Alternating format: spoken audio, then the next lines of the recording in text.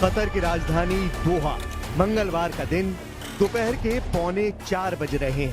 अचानक जोरदार धमाके होते हैं।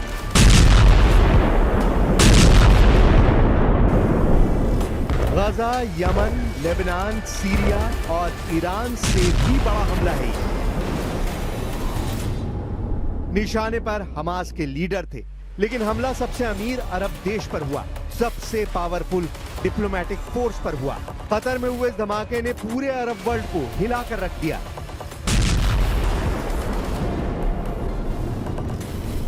ईरान, यमन और लेबनान से लड़ने के बाद अब इजराइल के टारगेट पर पूरा अरब वर्ल्ड आ गया है। कतर पर एयर स्ट्राइक करके इजराइल ने बता दिया है कि वो अपने दुश्मनों को मारने के लिए संप्रभुता नाम के बैरिकेड को भी तोड़ डालेगा।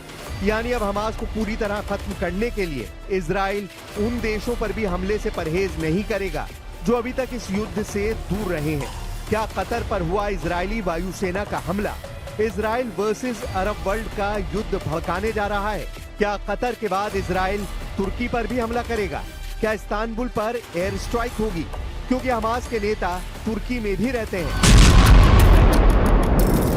इसमें कोई शक नहीं कि नेतन्याहू ने बहुत बड़ा कदम उठाया है।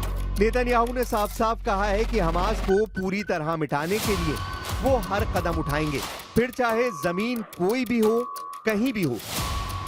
कतर में हुए इस हमले के टारगेट पर थे हमास चीफ खलील अल हैया, लेकिन इस हमले में वो बाल बाल बच गए। हालांकि 6 लोगों की इस हमले में मौत हुई है। कतर ने ऐलान कर दिया है कि इजराइल का हमला उसे मध्यस्थता करने से नहीं रोकेगा, यानी हमास से डील करना जारी रहेगा। और इसीलिए अब इजराइल के सामने कतर नाम का दुश्मन भी तैयार हो चुका है।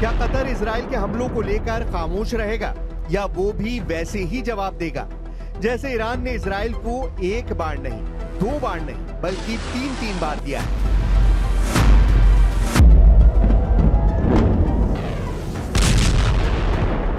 तेल अवीव और हाइफा में गिरती हुई ईरान की मिसाइल देखिए। 13 जून को तेहरान पर इजराइल के हमले के बाद शुरू हुई इस जंग में ईरान ने इजराइल पर 600 मिसाइल दागी थी।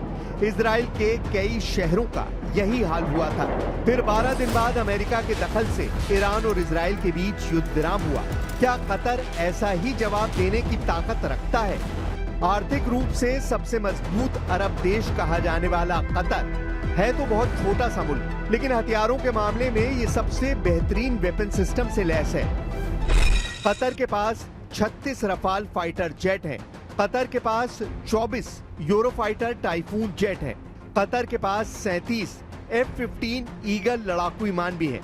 और ये ताकत कतर को अरब देशों में सबसे मजबूत एयरफोर्स भी बनाती है। लेकिन सवाल वही है कि क्या कतर इजराइल को जवाब देगा या फिर वो शुरुआती रिएक्शन के बाद खामोश बैठ जाएगा? At noon today, I convened the heads of Israel's security organizations and authorized a surgical precision strike on the terrorist chiefs of Hamas. These are the same terrorist chiefs who planned, launched, and celebrated the horrific massacres of October 7th. सवाल ये भी है कि क्या Qatar में सबसे बड़ा military base रखने वाले अमेरिका को इस हमले के बारे में पता था? सबसे पहले डोनाल्ड ट्रंप से समझिए कि अमेरिका इस हमले को कैसे देखता है। Well, I'm not thrilled. I'm not thrilled about it. I don't have to do that. I'm not thrilled about the whole situation. It's not a good situation. But I will say this: we want the hostages back, but we are not thrilled about the way that went down today. I'll be giving a full statement tomorrow, but I would tell you this: I was very unhappy about it. Very unhappy about every aspect, and we got to get the hostages back. But I was very unhappy about the way that went down.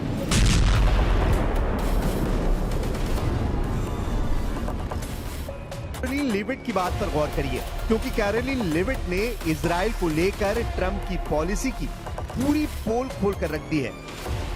Sure. Well, I have a statement to read for all of you with respect to the Israeli strike in Doha, and here it is. This morning, the Trump administration was notified by the United States military that as Israel was attacking Hamas, which very unfortunately was located in a section of Doha, the capital of Qatar. President Trump immediately directed Special Envoy Witkoff to inform the Qataris of the impending attack, which he did.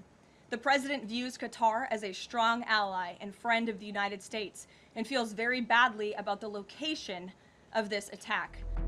Karoline Leavitt ने साबित कर दिया है कि Israel को America से पूरी छूट मिली और कतर पर हुए हमले को लेकर एक तरह से ट्रंप का ग्रीन सिग्नल था। कतर को पश्चिम एशिया में अमेरिका का सबसे अहम सहयोगी माना जाता है। अमेरिका का सबसे बड़ा सैन्य अड्डा और डिप्लोमेटिक संबंधों को लेकर कतर ये मानता रहा है कि इजराइल उससे दूर रहेगा, लेकिन 9 सितंबर को हुई इजराइल के एयर स्ट्राइक ने सब कुछ गलत साबित कर दिया। अब या तो ट्रंप झूठ बोल रहे हैं या उनकी प्रवक्ता कैरोलिन लेविट, दोनों की बातों को लेकर कतर उलझन में पड़ गया है, क्योंकि कतर के प्रधानमंत्री का दावा है कि इजराइल के हमले के 10 मिनट बाद ही ट्रंप की कतर के अमीर से बात हुई थी और उन्होंने हमले की निंदा की थी। The attack happened at 3:46. The first call we had from an American official was at 3:56, which is 10 minutes after the attack. And after that, President Trump has spoken with His Highness the Emir. He condemned the attack, and the U.S. government position that they have no knowledge about the attack nor any coordination about it until it started to happen. Israel ने हमला करके दिखा दिया है कि उसके दुश्मनों के लिए कोई जगह सुरक्षित नहीं है। ऐसे में अब इजराइल के एक्शन ने तुर्की के लिए बड़ा खतरा पैदा कर दिया है, क्योंकि तुर्की भी हमास के बड़े मददगार देशों में शामिल है। दोहा में वो जगह देखिए जहां इजराइल ने बम गिराए। Made in America bunker buster बमों ने इस इमारत का क्या हाल किया है। यहीं पर हमास के वो अधिकारी थे जो कतर में गजा युद्ध विराम पर डील के लिए बात कर रहे थे। एक बार फिर सवाल कि ईरान, यमन और लेबनान से लड़ने के बाद अब इजराइल के टारगेट पर पूरा अरब वर्ल्ड आ गया है और अब इस युद्ध में बाकी अरब देश भी कूदेंगे, क्योंकि सऊदी अरब ने भी कह दिया है कि वो कतर के साथ खड़ा है और कतर के लिए वो अपनी पूरी ताकत का इस्तेमाल करेगा। इजराइल ने वहां हमला किया है जो सबसे अमीर अरब देश है, जो सबसे प्रभावशाली अरब देश है, जो गैस उत्पादन में बड़ा खिलाड़ी है और फुटबॉल वर्ल्ड कप की मेजबानी के बाद पूरी दुनिया में अपने इंफ्रास्ट्रक्चर का लोहा मनवा चुका है। इस चमक धमक और पावरफुल डिप्लोमेसी को इजराइल के हमले ने बड़ी चोट दी है। यह अरब के गुरूर को चकनाचूर करने जैसा है। इसलिए पूरा अरब वर्ल्ड नाम के लिए ही सही इस वक्त कतर के साथ शाना बशाना खड़ा नजर आ रहा है। सऊदी अरब ने कहा है कि इजराइल को बहुत ही खतरनाक अंजाम भुगतना पड़ेगा, क्योंकि इजराइल ने अंतर्राष्ट्रीय कानून तोड़ने की हर हद पार कर दी है। इससे पूरे पश्चिम एशिया की सुरक्षा को खतरा पैदा हो गया है। ऐसे में साफ लग रहा है कि इजराइल और सऊदी अरब के बीच अब्राहम एकॉर्ड की सभी उम्मीदें खत्म हो सकती हैं, जबकि सऊदी अरब के क्राउन प्रिंस मोहम्मद बिन सलमान कह चुके हैं कि इजराइल के साथ तब तक कोई बातचीत नहीं होगी जब तक गजा में युद्ध खत्म नहीं हो जाता। लेकिन अब कतर में धमाकों ने रियाद में सबको अलर्ट कर दिया है। लेकिन इजराइल के साथ अब्राहम एकॉर्ड वाली संधि करने वाले यूएई ने भी इजराइल की आलोचना की है। संयुक्त अरब अमीरात ने कहा है कि वो कतर के साथ खड़ा है। इजराइल के हमले को यूएई ने विश्वासघाती बताया है। कुवैत ने भी कहा कि कतर पर इजराइल का हमला अंतर्राष्ट्रीय कानून की धज्जियां उड़ाने जैसा है और इससे पूरे पश्चिम एशिया में आग लग सकती है। जॉर्डन, जिसके साथ इजराइल के डिप्लोमेटिक रिश्ते हैं, उसने भी कहा कि वो कतर के साथ खड़ा है और कतर जो भी कदम उठाएगा वो उसका समर्थन करेगा। कतर को बड़ा साथ चीन से भी मिला है। चीन ने साफ साफ कहा है कि कतर पर हमला करके इजराइल ने बहुत बड़ी गलती की है। 我们对有关报道深表关切。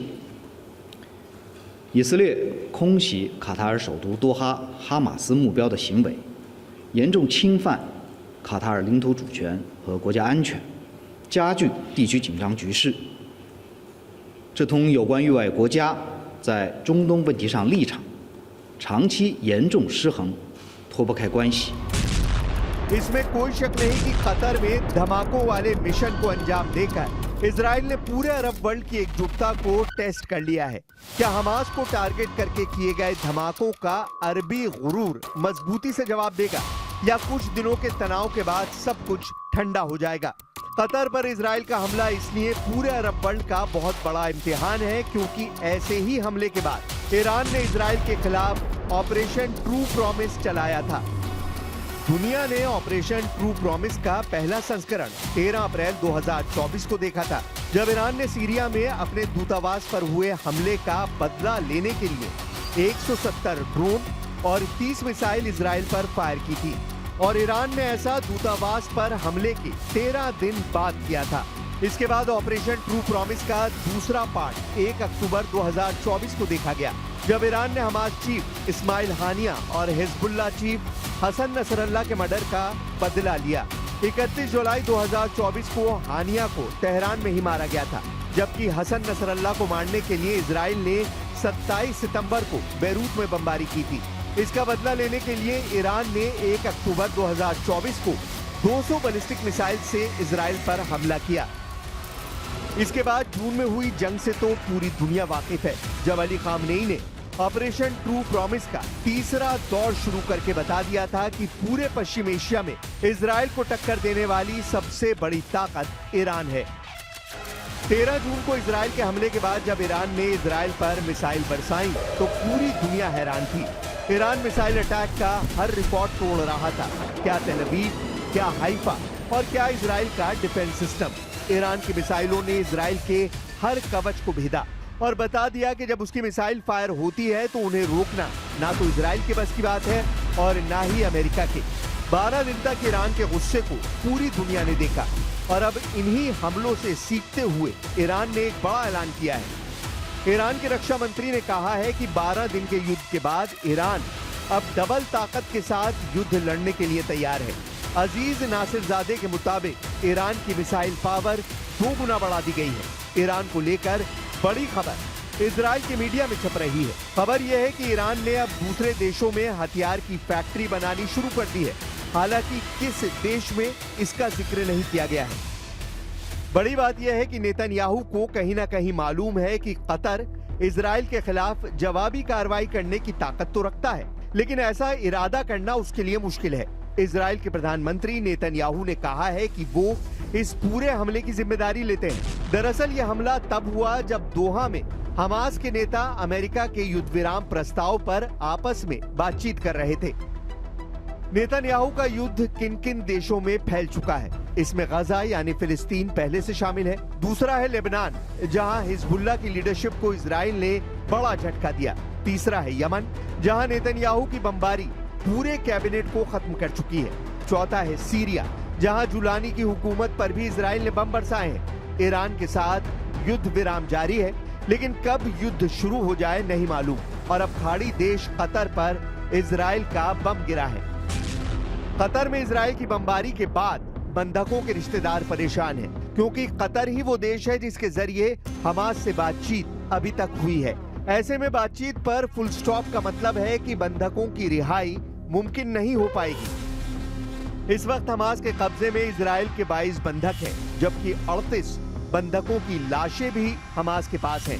ये वो बंधक हैं जो हमास की कैद में रहते हुए मर चुके हैं। इसकी वजह इजराइल की बमबारी भी है और ग्राउंड ऑपरेशन भी।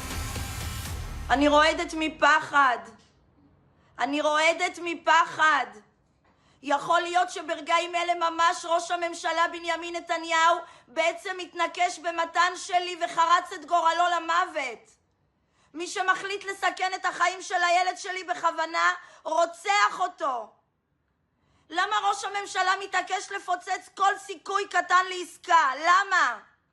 החיים של מתן שלי בסכנה ממשית. כבר 22 חודשים, עד מתי? שוב ושוב ושוב ראש הממשלה מחבל בעסקה. בכל עסקה שנמצאת על הפרק. נמאס לי.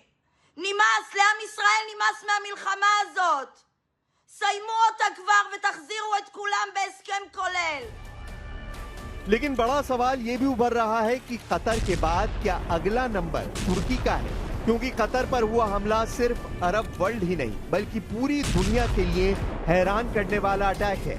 इजराइल के सेना अध्यक्ष इयाल ज़मीर ने 31 अगस्त को कहा था कि विदेशों में मौजूद हमास के नेता भी सुरक्षित नहीं रहेंगे और इजराइल उन्हें भी निशाना जरूर बनाएगा।